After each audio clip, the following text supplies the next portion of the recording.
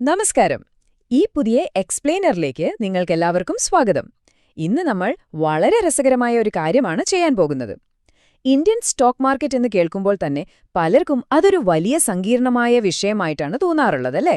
എന്നാൽ ഇന്ന് യാതൊരു മുൻപരിചയവുമില്ലാത്തവർക്കും മനസ്സിലാകുന്ന രീതിയിൽ നമുക്കെല്ലാവർക്കും നന്നായി അറിയാവുന്ന ഒരു ഗ്രാമീണ വിപണിയുമായി അല്ലെങ്കിൽ ചന്തയുമായി താരതമ്യം ചെയ്ത് ഇത് വളരെ ലളിതമായി നമ്മൾ പഠിക്കാൻ പോകുകയാണ്. നിങ്ങൾ എപ്പോഴെങ്കിലും നിങ്ങളുടെ നാട്ടിലെ ഒരു ലോക്കൽ മാർക്കറ്റിലോ അല്ലെങ്കിൽ ചന്തയിലോ പോയിട്ടുണ്ടോ? ഉറപ്പായും പോയിട്ടുണ്ടാകും. എങ്കിൽ വിശ്വസിച്ചാലും ഇല്ലെങ്കിലും ഈ പറയുന്ന വലിയ ഫിനാൻഷ്യൽ സിസ്റ്റം എങ്ങനെയാണ് പ്രവർത്തിക്കുന്നത് എന്ന് മനസ്സിലാക്കാൻ ആവശ്യമായ അടിസ്ഥാന അറിവ് നിങ്ങൾക്ക് ഇതിനകം തന്നെയുണ്ട്. സ്റ്റോക്ക് മാർക്കറ്റ് എന്നത് വെറുമൊരു ഗ്രാമീണ ചന്തയാണെങ്കിലോ? അതെ, സത്യത്തിൽ അതൊരു ചന്തയെപ്പോലെ തന്നെയാണ് പ്രവർത്തിക്കുന്നത്. നമ്മൾ ഈ വലിയ മാർക്കറ്റിലേക്ക് കടക്കുന്നതിനു മുൻപ് അടിസ്ഥാനപരമായ ഒരു കാര്യം നോക്കാം. നമ്മൾ സാധാരണ ചെയ്യുന്ന സമ്പാദ്യവും അഥവാ സേവിങ്സും നിക്ഷേപവും തമ്മിലുള്ള വ്യത്യാസം എന്താണ്? സേവിങ്സ് എന്നത് നിങ്ങളുടെ പണം സുരക്ഷിതമായി സൂക്ഷിക്കാൻ സഹായിക്കുന്നു. എന്നാൽ അവിടെ പലിശ വഴി ലഭിക്കുന്ന വളർച്ച വളരെ കുറവായിരിക്കും. പക്ഷേ സ്റ്റോക്ക് മാർക്കറ്റ് പോലെയുള്ള ഇടങ്ങളിലെ നിക്ഷേപം അഥവാ ഇൻവെസ്റ്റിംഗ് എന്നത് നിങ്ങളുടെ സമ്പത്ത് വർദ്ധിപ്പിക്കാനാണ് സഹായിക്കുന്നത്. ഡിവിഡൻഡുകൾ വഴിയും നിങ്ങളുടെ നിക്ഷേപത്തിന്റെ മൂല്യവർദ്ധനവ് വഴിയും വിലക്കയറ്റത്തിൽ നിന്ന് നിങ്ങളെ സംരക്ഷിക്കാൻ ഇതിന് സാധിക്കും. ഇത് വെറുതെ പണം പെട്ടിയിൽ സൂക്ഷിക്കുന്നതിനേക്കാൾ വളരെ വ്യത്യസ്തമാണ്. അപ്പോൾ നമുക്ക് ആദ്യത്തെ ഭാഗത്തേക്ക് കടക്കാം. ഒന്നാമതായി ദി ഡിജിറ്റൽ വില്ലേജ് മാർക്കറ്റ് അഥവാ ഡിജിറ്റൽ ഗ്രാമീണ ചന്ത.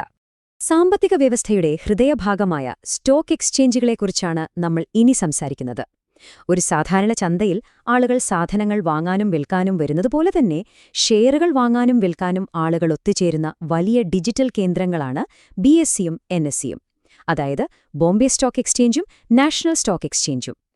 1875 തുടങ്ങിയ ചരിത്രപ്രസിദ്ധമായ BSEയും അതുപോലെ ഇന്ത്യയിൽ ആദ്യമായി ഓട്ടോമേറ്റഡ് ട്രേഡിംഗ് സംവിധാനം കൊണ്ടുവന്ന ആധുനിക സാങ്കേതികവിദ്യ ഉപയോഗിക്കുന്ന NSEയും ഭൗതികമായ കടകൾക്കു പകരം സ്ക്രീനുകളിലൂടെ പ്രവർത്തിക്കുന്ന കൂറ്റൻ ഡിജിറ്റൽ മണ്ടികളാണ്.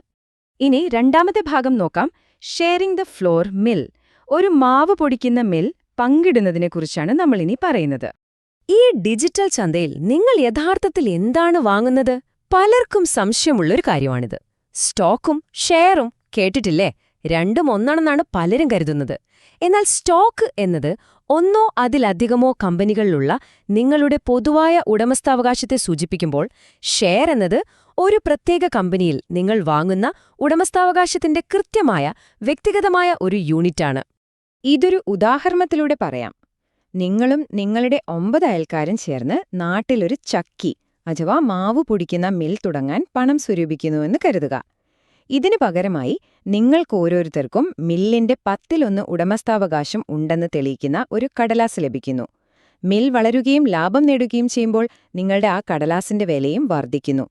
ഇതിലെ ഏറ്റവും വലിയ പ്രത്യേകത എന്താണെന്നാൽ നിങ്ങളുടെ നഷ്ടസാധ്യത നിങ്ങൾ മുടക്കിയ ആ ചെറിയ തുകയിൽ മാത്രം ഒതുങ്ങി നിൽക്കുന്നു എന്നതാണ്. സൂപ്പറല്ലേ? ഇനി ആ മാവ് പൊടിക്കുന്ന മില്ലിൽ നിന്ന് എല്ലാ മാസവും നല്ല ലാഭം കിട്ടുന്നുണ്ടെങ്കിലോ? ആ ലാഭത്തിന്റെ ഒരു വിഹിതം നിങ്ങൾക്ക് കിട്ടും, അല്ലേ? അതിനെയാണ് നമ്മൾ ഡിവിഡൻഡ് എന്ന് വിളിക്കുന്നത്. കമ്പനിയുടെ ലാഭത്തിന്റെ ഒരു ഭാഗം. കമ്പനിയുടെ ഒരു പാർട്ട്ണർ എന്ന നിലയിൽ നിങ്ങൾക്ക് നേരിട്ട് ലഭിക്കുന്ന ഒരു പ്രതിഫലമാണിത്. മൂന്നാമത്തെ ഭാഗത്തേക്ക് കടക്കാം. ദി എസൻഷ്യൽ അക്കൗണ്ട്സ്, അതായത് ചന്തയിൽ പോകാൻ നമുക്കാവശ്യമായ പ്രധാന അക്കൗണ്ടുകൾ. ഈ ഡിജിറ്റൽ ചന്തയിൽ നിങ്ങൾക്ക് ആ മില്ലിന്റെ ഒരു ഭാഗം വാങ്ങണമെങ്കിൽ ശരിയായ ചില ടൂളുകൾ ആവശ്യമാണ്. വളരെ ലളിതമാണ്. നിങ്ങൾക്കൊരു 3-in-1 സിസ്റ്റം വേണം. ഒന്നാമതായി നിങ്ങളുടെ പണമിരിക്കുന്ന സേവിങ്സ് അക്കൗണ്ട്. ഇതാണ് നിങ്ങളുടെ ഡിജിറ്റൽ പേഴ്സ്. രണ്ടാമതായി ഒരു ബ്രോക്കറുടെ കൂടെയുള്ള ട്രേഡിംഗ് അക്കൗണ്ട്. ഇതുപയോഗിച്ചാണ് നിങ്ങൾ ഓർഡറുകൾ നൽകുന്നത്. മൂന്നാമതായി നിങ്ങൾ വാങ്ങിയ ഇലക്ട്രോണിക് ഷെയറുകൾ വളരെ സുരക്ഷിതമായി സൂക്ഷിക്കുന്ന നിങ്ങളുടെ ഡിജിറ്റൽ ലോക്കറായ ഡിമാർട്ട് അക്കൗണ്ട്. പക്ഷേ ഒരു കാര്യമുണ്ട്. ഈ ചന്തയിലേക്ക് പ്രവേശിക്കുന്നതിന് മുൻപായി KYC, അതായത് നോ യോർ കസ്റ്റമർ പ്രക്രിയ പൂർത്തിയാക്കണം. തട്ടിപ്പുകൾ തടയുന്നതിനും മുഴുവൻ സാമ്പത്തിക വ്യവസ്ഥയും സുരക്ഷിതമാക്കുന്നതിനും വേണ്ടിയുള്ള നിങ്ങളുടെ അടിസ്ഥാന വിവരങ്ങൾ പരിശോധിക്കുന്ന ഒരു പ്രക്രിയയാണിത്. സെൻട്രൽ KYC രജിസ്ട്രി വഴി വളരെ എളുപ്പത്തിൽ ഇത് പൂർത്തിയാക്കാം. നാലാമത്തെ ഭാഗം ദി ബാലൻസ്ഡ് ബാസ്ക്കറ്റ് സ്ട്രാറ്റജി. നിങ്ങളുടെ നിക്ഷേപം എങ്ങനെ സുരക്ഷിതമാക്കാം എന്നതാണ് ഇവിടെ പറയുന്നത്. കൃഷിയിലായാലും ബിസിനസ്സിലായാലും എപ്പോൾ റിസ്കുകൾ ഉണ്ടാകാമല്ലോ. സ്റ്റോക്ക് മാർക്കറ്റും ഇതിൽ നിന്ന് വ്യത്യസ്തമല്ല. അവിടെയാണ് പീറ്റർ ലിഞ്ച് എന്ന പ്രശസ്ത നിക്ഷേപകന്റെ വാക്കുകൾ നമ്മൾ ഓർക്കേണ്ടത്. നിങ്ങളുടെ നിക്ഷേപതത്വം ഒരു ചോക്ക് കഷ്ണം കൊണ്ട് വരച്ച് കാണിക്കാൻ കഴിയുന്നത്ര ലളിതമായിരിക്കണം. നിങ്ങൾക്ക് അടിസ്ഥാനപരമായി വളരെ നന്നായി മനസ്സിലാകുന്ന ബിസിനസ്സുകളിൽ മാത്രം പണം നിക്ഷേപിക്കുക. നിങ്ങളുടെ സ്ട്രാറ്റജി എപ്പോഴും ലളിതമായിരിക്കണമെന്നാണ് അദ്ദേഹം പറയുന്നത്. അപ്പോൾ മാർക്കറ്റിലെ റിസ്ക് കുറയ്ക്കാൻ നമ്മൾ എന്തു ചെയ്യണം? സിമ്പിളാണ്.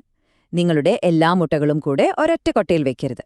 നിങ്ങൾ ഒരു കൊട്ടയിൽ മാത്രം എല്ലാ മുട്ടകളും വെച്ചാൽ ആ കൊട്ട താഴെ വീഴുമ്പോൾ എല്ലാം പൊട്ടിപ്പോകും. അതായത് നിങ്ങളുടെ മുഴുവൻ പണവും നഷ്ടപ്പെടും. പകരം കൃഷി, മരുന്ന്, ബാങ്കിംഗ് എന്നിങ്ങനെ വ്യത്യസ്ത മേഖലകളിലായി നിങ്ങളുടെ പണം നിക്ഷേപിക്കുക.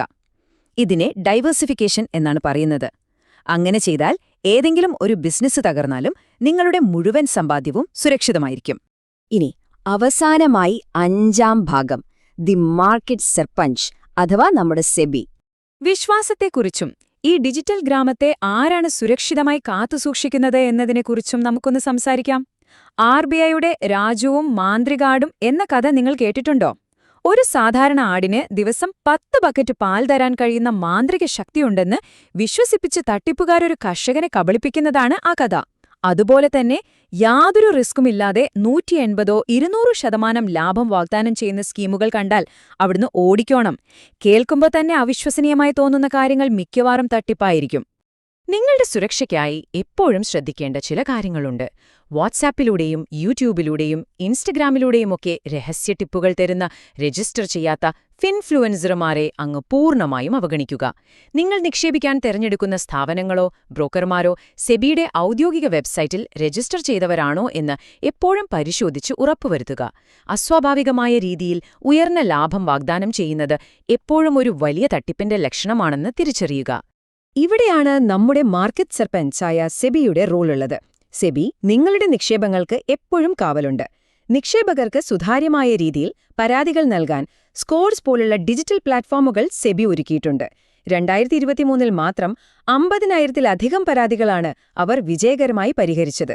ഈ മാർക്കറ്റ് സർപഞ്ച് എപ്പോഴും സജീവമായി ഇടപെടുന്നുണ്ട് എന്ന് ഈ കണക്കുകൾ നമ്മളോട് വ്യക്തമാക്കുന്നു. അങ്ങനെ നമ്മൾ ഈ എക്സ്പ്ലെയിനറുടെ അവസാനത്തിലെത്തിയിരിക്കുകയാണ്. ഈ ഡിജിറ്റൽ മണ്ടിയെക്കുറിച്ചും ഷെയറുകളാവുന്ന ചക്കിയെക്കുറിച്ചും നമ്മളെ സംരക്ഷിക്കുന്ന സർപഞ്ചായ സെബിയെക്കുറിച്ചുമൊക്കെ ഇപ്പോൾ നിങ്ങൾക്ക് വളരെ വ്യക്തമായി മനസ്സിലായില്ലേ? സ്റ്റോക്ക് മാർക്കറ്റ് എന്നത് ഇനി തീർച്ചയായും നിങ്ങൾക്കൊരു വലിയ സമസ്യയല്ല. അങ്ങനെയെങ്കിൽ സമ്പത്ത് സൃഷ്ടിക്കാനുള്ള നിങ്ങളുടെ ആദ്യത്തെ കരുതലോടെയുള്ള ചുവടുവെപ്പിന് നിങ്ങൾ തയ്യാറാണോ? ഈ അടിസ്ഥാന വിവരങ്ങൾ നിങ്ങൾക്ക് പ്രയോജനപ്പെട്ടു എന്ന് കരുതുന്നു. വരും ദിവസങ്ങളിൽ ഇതിനെക്കുറിച്ച് കൂടുതൽ പഠിക്കാൻ ഇത് നിങ്ങളെ സഹായിക്കട്ടെ. OTS ULU. Knowledge is one of the best investments you can make, and continuous learning keeps you sharp. Subscribe to OTS ULU on YouTube.